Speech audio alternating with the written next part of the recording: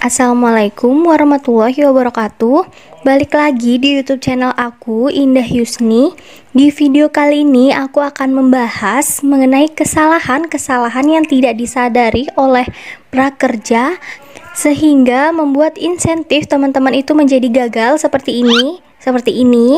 Tapi sebelum kita lanjut, pastiin dulu teman-teman udah klik tombol subscribe dan aktifin notifikasi lonceng kalian ya, agar teman-teman tidak ketinggalan informasi terbaru mengenai kartu prakerja. Udah? Oke, mungkin banyak dari teman-teman yang belum tahu mengenai kesalahan-kesalahan ini, sehingga teman-teman itu nggak sadar membuat insentifnya itu jadi gagal dan pelatihan teman-teman itu menjadi sia-sia. Simak video ini sampai akhir, jangan sampai kalian mengalami hal seperti ini.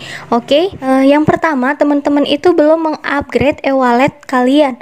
Nah, jadi meskipun ya di awal itu sudah mengupgrade e-walletnya, sering-seringlah cek e-wallet teman-teman, karena bisa jadi seperti ini. Muncul pemberitahuan upgrade e-wallet Anda. Jika tidak segera di-upgrade, insentif teman-teman itu akan gagal dan tertunda sampai pengupgradean e-wallet tersebut selesai. Kemudian yang kedua, itu data di e-wallet meliputi nick, nama, dan nomor HP harus sama dengan yang ada di kartu prakerja. Pastikan ketika upload KTP di e-wallet, KTP harus terbaca dengan jelas. Kenapa?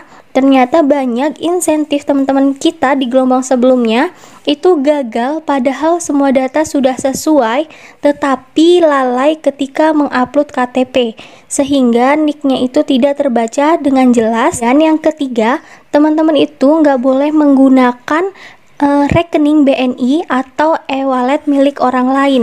Misal, teman-teman lolos kemudian menggunakan rekening BNI milik orang tuanya, itu nggak bisa, harus atas nama sendiri. Begitu juga yang ada di e-wallet. Nah, e-wallet juga harus menggunakan atas nama sendiri dan KTP juga harus atas nama sendiri. Nah, begitu juga dengan e-wallet kalian, harus sesuai dengan data kalian. Kenapa? Jika berbeda, teman-teman itu mau nggak mau harus sesegera mungkin merubah rekening atau e-walletnya di akun prakerja kalian menjadi atas nama kalian sendiri, karena kalau tidak, insentif teman-teman itu akan gagal dan akan diproses kembali ketika e-wallet atau rekening itu sudah menjadi atas nama kalian yang sesuai dengan kartu prakerja. Yang ketiga yang membuat teman-teman itu gagal adalah tidak memberikan rating dan ulasan di mitra platform atau di mitra pelatihan. Dulu di gelombang 1 sampai 3 itu mereka banyak yang nggak tahu cara memberikan rating dan ulasan. Ketika itu sistem itu belum begitu baik sehingga terjadi seperti ini. Nah, insentif pertama, kedua tetap cair, tapi insentif ketiganya itu menjadi gagal. Nah, ini juga dikhawatirkan. Nah, seperti ini juga dikhawatirkan terjadi buat teman-teman yang main jalan tikus pakai ajaran-ajaran jalan pintas agar kelasnya menjadi 100% tanpa mengikuti webinar. Kenapa? Karena saat ini memang sistem di webinar itu belum baik, jadi perlu hati-hati, ditakutkan nanti tetap terbaca di sistem bahwa teman-teman itu belum mengikuti webinar. Dan yang keempat, nomor HP teman-teman itu harus aktif sampai akhir pencairan insentif. Jadi harus aktif sekitar sampai 6 bulan ke depan lah, sampai mendapatkan survei kepekerjaan. Nah, yang kelima, identitas harus sesuai dengan KTP meskipun berbeda dengan kenyataannya. Nah, ada nih teman-teman yang sebenarnya dia di KTP itu tanggal lahirnya salah. Tetap aja kita harus ngikutin yang di KTP. Misal yang di KTP itu namanya kurang 1 huruf. Nah, kita juga tetap harus mengikuti nama yang ada di KTP seperti itu. Dan yang keenam, terkait data di pelatihan dan sertifikat, Ini banyak sekali ternyata di gelombang 4 yang kesalahannya itu melebih-lebihi dari yang gelombang 1 sampai 3. Kenapa? Karena ternyata banyak banget teman-teman yang gelombang 4 dan gelombang 5 ini menggunakan akun pelatihan yang berbeda dengan yang ada di prakerja, baik itu nama, kemudian email, dan nomor HP. Bahkan banyak teman-teman itu salah membeli pelatihan di akun milik orang lain, baik itu sengaja ataupun tidak sengaja.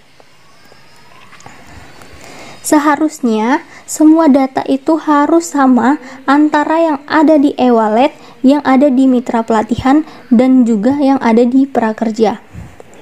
Jika kasusnya data beda, hanya email yang berbeda itu tidak begitu masalah. Tapi jika nama itu yang berbeda atau nomor HP itu agak sedikit ada masalah. Jika data yang beda di email atau nomor HP itu terjadi di Skill Academy, itu nggak masalah. Yang penting namanya itu sertifikatnya sesuai dengan prakerja. Tapi jika ini terjadi di Bukalapak atau di Tokopedia Pak, itu masih belum bisa dipastikan oleh prakerjanya. Meskipun di pihak prakerja itu tidak masalah jika datanya itu berbeda, yang penting sertifikat dan nomor prakerjanya sama.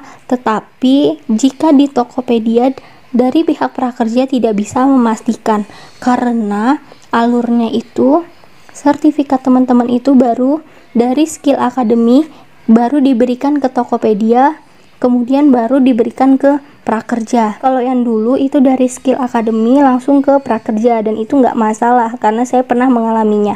Tapi sekarang ada perantara melalui Tokopedia.